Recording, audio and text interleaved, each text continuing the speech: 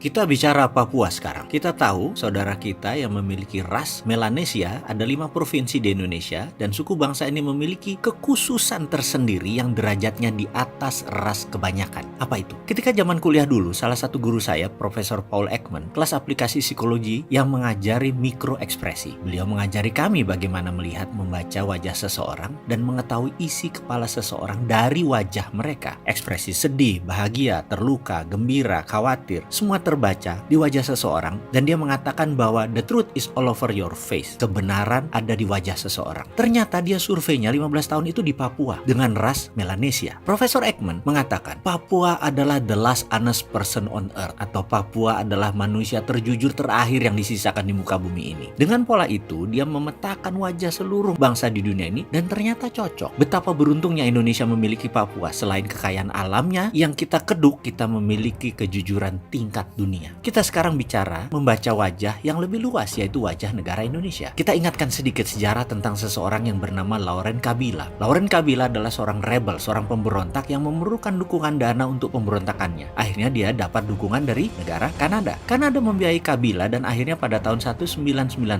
Republik Demokrat Kongo berdiri dan Laurent Kabila adalah presiden pertama. Ternyata dukungan Kanada itu tidak gratis. Apa yang dibayar oleh Republik Demokrat Kongo? Yaitu tambang kobalt menjadi milik negara Kanada sampai habis asetnya. Kembali ke Papua. Pak Karno adalah pemimpin visioner dan eksekutor yang baik. Dia melihat komunis mencari wilayah di Asia Tenggara, komunis Soviet dan komunis Cina. Maka dia menjual ide tersebut ke Amerika. Dia melakukan diplomasi langsung kepada Presiden Kennedy, di mana akhirnya Amerika mendukung dengan resolusi PBB tahun 1961-62. Setuju Indonesia ambil dalam tanda petik Papua. Lalu muncullah operasi militer yang namanya IRIAN. IRIAN adalah singkatan dari Ikut Republik Indonesia Anti Nederland. Suksesnya Trikora dan Dwi Kora mengambil Papua tersebut tidak murah karena Amerika meminta cadangan emas Papua sampai habis untuk Amerika. Tapi Soekarno pintar. Yang diberinya hanya Grasberg. Sisi lain seperti Iceberg, Oksibil, dan tambang lain tidak diberikan. Dan Amerika setuju mengambil hanya Grasberg. Dan mulailah dibukukan aset Grasberg tersebut sampai 2045 dalam catatan Federal Reserve sebagai underlying dollar. Aset Grasberg tersebut. Tahun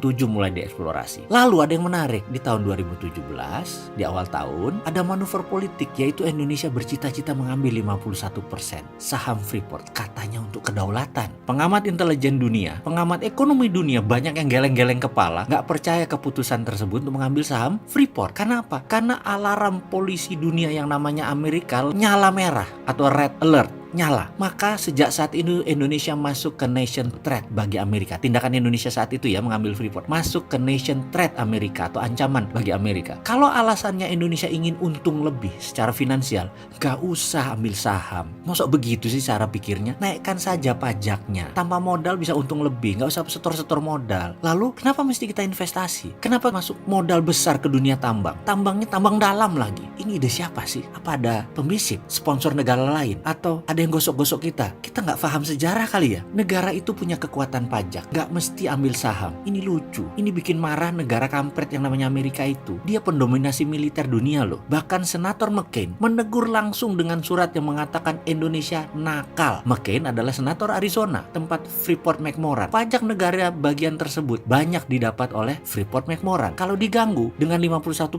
serangan pemerintah Indonesia tersebut menjadi ancaman buat Arizona. Padahal deal operation IRIAN jelas bagian dari pengambilan Amerika atas emas Grasberg. Maka sebagai senator Republik penyokong Trump bersama pemilik Freeport yang juga pendana Donald Trump, yaitu Carl Icahn, seorang Yahudi ortodok, menekan Gedung Putih untuk Trump melakukan aksi. Adakah operasi intelijen dilaksanakan untuk membangun instabilitas Papua? Betul, sejak pertengahan 2017 Amerika gerah dan mulailah melakukan instabilitas di Papua meningkat. Apakah Amerika yang bergerak? Atau geraknya Papua hanya karena konflik lokal karena Indonesia di pemerintah pusatnya tidak bisa menghandle? Atau ada unsur asing? Lalu kenapa setiap Desember tanggal 2, di mana itu adalah Hari Bintang Kejora, gerakan Papua Merdeka itu, di 18 negara tahun kemarin naik bendera tersebut? Siapa yang mainkan? Amerika kah? Misalnya, penembakan dan pembunuhan pekerja BUMN dengan senjata baru. Siapa yang sokong? Ini belum pernah dituntaskan. Kenapa? Takut. Lalu, adakah hubungannya dengan 8 jam blackout di ibu kota? Adakah hubungannya dengan gudang senjata polisi yang terbakar? Adakah hubungannya dengan lone wolf atau teroris teroris tunggal yang menyerang polisi? Adakah hubungannya dengan atribut FPI serang warga Papua yang besoknya ribuan orang di lapangan meneriakkan Papua Merdeka dan referendum? Kok panjang ya cerita Papua? Ada hubungannya atau sebuah peristiwa kebetulan yang beruntun? Atau ada apa lagi? Maaf ya, haruskah kita menggunakan kata maaf? Kayaknya jangan naif-naif banget melihat Papua sebagai konflik horizontal biasa. Bukan, sekali lagi, kata maaf tidak cukup. Maafnya kurang panjang. Bener deh, api dalam sekam itu selalu ada yang pasang. Kabut asap di Kalimantan dan Sumatera itu asli buatan manusia. Pasti ada yang masang. Masa teriak referendum gak ada yang ngajari? Ya ada lah. Jadi apa yang harus kita lakukan? Lihatlah kebijakan luar negeri Indonesia ke depan. Jangan-jangan ada hubungannya dengan Indo-Pasifik, di mana US Pakom minus Cina yang Indonesia nggak setuju. Kita sok-sokan terlihat netral tapi miring ke Cina. Sehingga kesannya kita memilih Cina daripada Amerika. Bukan malah di tengah. Kesannya. Ingat, referendum Timor Timur yang hanya dilahirkan dari pancingan konflik. Lalu PBB datang dengan pasukan UNAMED dan referendum diadakan. Lepas itu Timor Timur. Ini mungkin yang parno saya saja. Papua dengan mudah di Timor Lestekan. Tapi bener deh, mengambil saham 51% Freeport itu keputusan bisnis yang bisa backfire, bisa merugikan kita kalau tidak paham sejarah.